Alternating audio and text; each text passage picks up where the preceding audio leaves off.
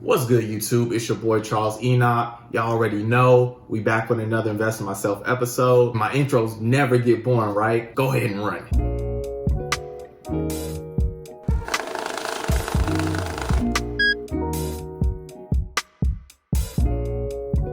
it. So today we'll be finishing up this series on how to maximize your retirement accounts by adding one more account in the mix. So we already have your IRA, which you can put up to $6,000 as of this year into your account to maximize that. Now, what we learned on video number 1 of the series, we want to use our line of credit to put the $6,000 immediately in there January 1st so we can maximize that compound interest. Second, we know about that employer match. So whatever percentage your employer says they're going to match, go ahead, make sure that your check, you're putting that same percentage in. This will help maximize your 401k, because we have to remember the money that your employer is matching, that's free money that you don't want to lose out on. So last account in the series that we'll be going over on the whiteboard is a brokerage account. So a brokerage account allows you to buy or sell stocks, bonds, and mutual funds. And there's a lot of ways that you can get a brokerage account.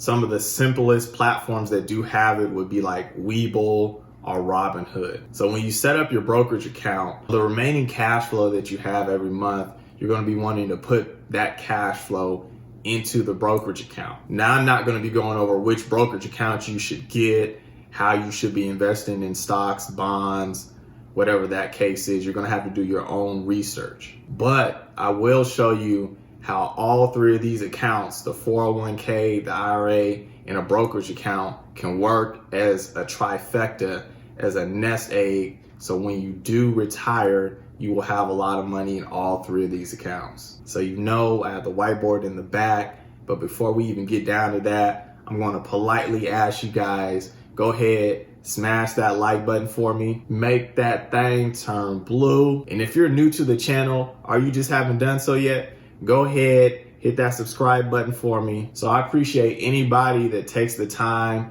to do both. It does help me reach a higher audience base, and I really do appreciate that. So without further ado, let's get to this whiteboard. Let's learn a little something. Let's go. All right, so we're at the whiteboard. We're gonna be having the same numbers as on episode 1 and episode 2. We're just adding that brokerage account.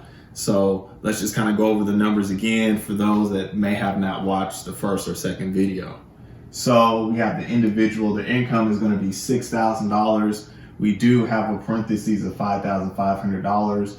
You will understand that a little later here. We have the expenses of $3,500 that they have to pay monthly, which leaves them at a cash flow of $2,500. Parentheses again on the cash flow will be $2,000. We'll get into why it's $500 less. Now, this individual has a line of credit of $20,000, and we're going to assume a 10% return on the IRA. We're also going to assume a 10% return on the 401k and the brokerage account. Now, the IRA is going to have $50,000 already in it, as well as the 401k is going to have $50,000 in it.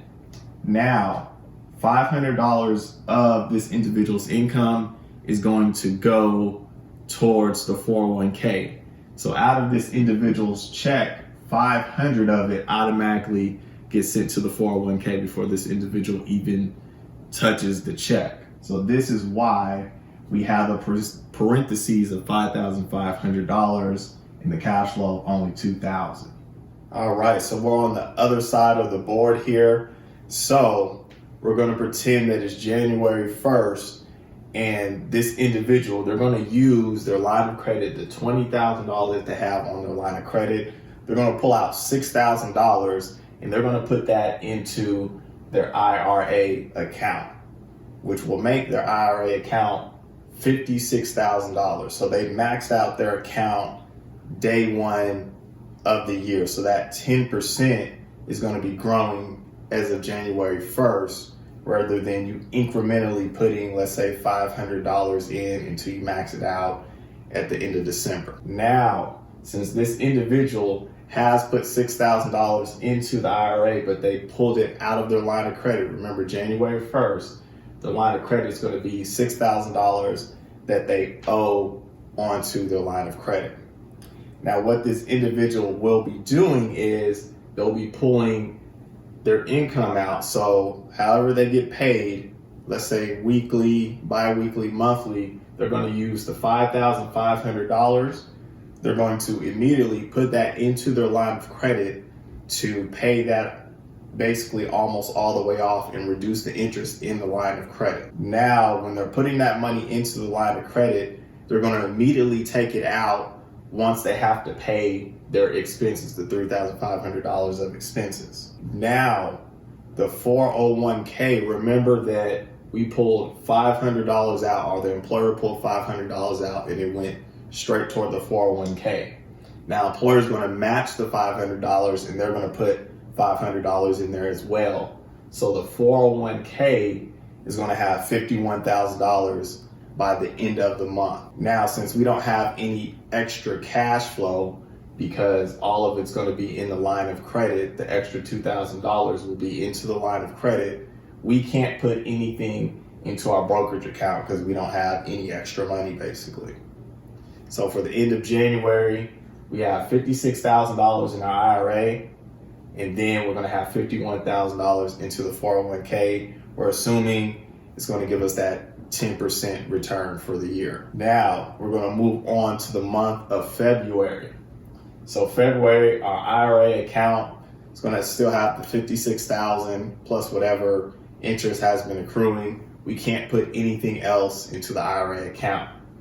Now, the line of credit beginning in February is going to be $4,000 because remember, the cash flow that we had was $2,000. So that $2,000 is going to go stay into the line of credit. That's why it would be the $4,000.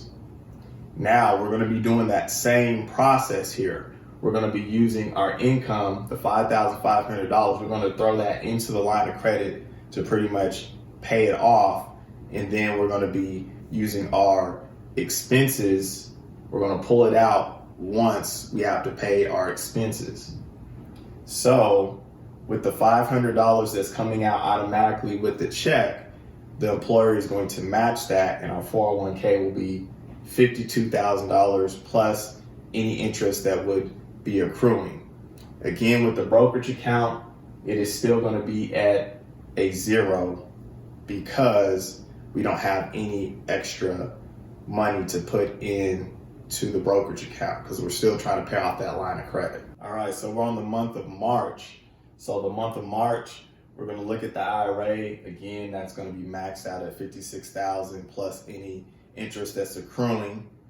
With the line of credit, it's going to be down to that $2,000. Remember, since our cash flow is $2,000, once you put your income into the line of credit to pay it off, you're going to be pulling some out for the expenses. The leftover money, the $2,000, is why it's getting lower by the $2,000, pretty much your cash flow. So if you see January 6th, $4,000, $2,000.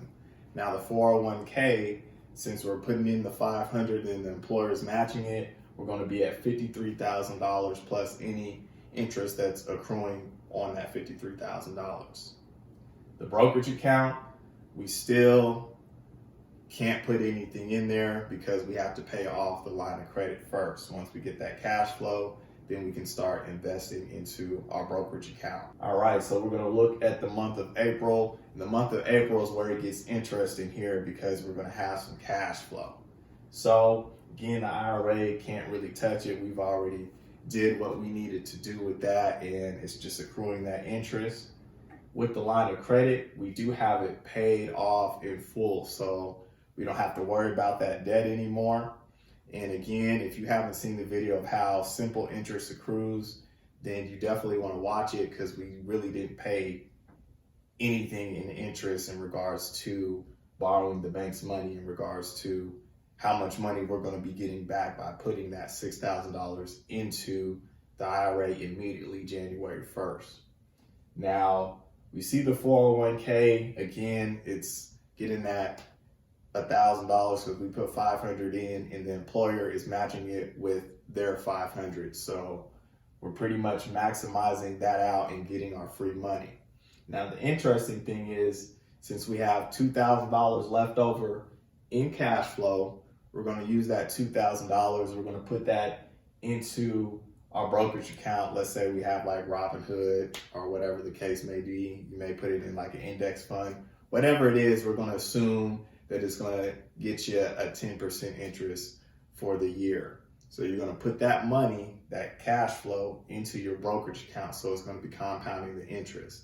So now you have 3 accounts. You have your brokerage account, your IRA, and your 401k. You're maxing those out, and it's having that compound interest accruing. All right, so we're going to go to the month of May here.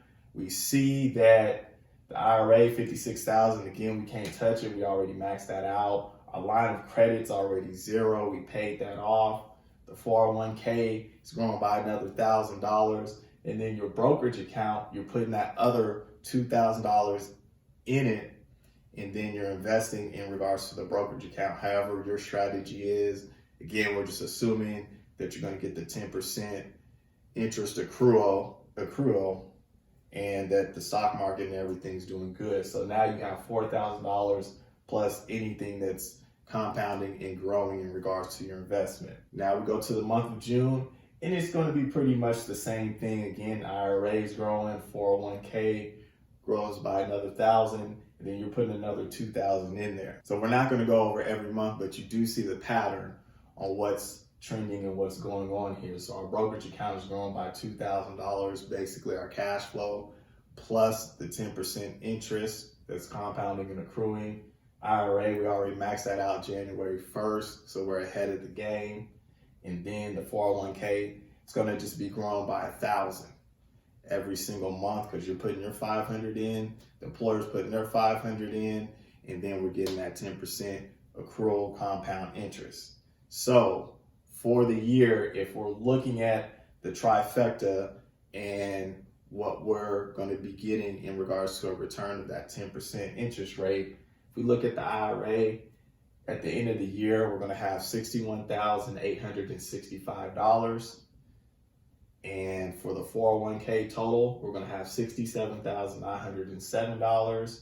And for your brokerage account, we're going to have $20,091. Now, again, this is only year one. If you keep using this method, and anybody that understands compound interest, it grows tremendously here. So if you keep on doing this with these three accounts, again, assuming a 10% return, then you're going to be in good shape when you turn around 62, 65, whatever the year is that you can take your money out of, like the 401k and IRA. You're going to have a pretty good nest egg in regards to those 3 accounts. So hopefully I did simplify this in regards to how you could use the velocity banking method. Again, we're using that line of credit every year to instantly max out that IRA every single time, because that's going to get you the most interest accruing for that year. 401k, like everybody knows, you want to put as much in as you can so the employer can match it. So that's free money that's compounding, and we don't want to miss out on that. And the rest of your money, you definitely want to have that brokerage account. Do some research in regards to kind of what's the best investments. And so you're going to have 3 accounts that are accruing compound interest. And this is excellent. So if this video was helpful, remember, go ahead, smash that like button for me. If you are new to the channel, please remember to subscribe. We do videos every single week about velocity banking. So I hope you guys have a good weekend. You guys, peace out.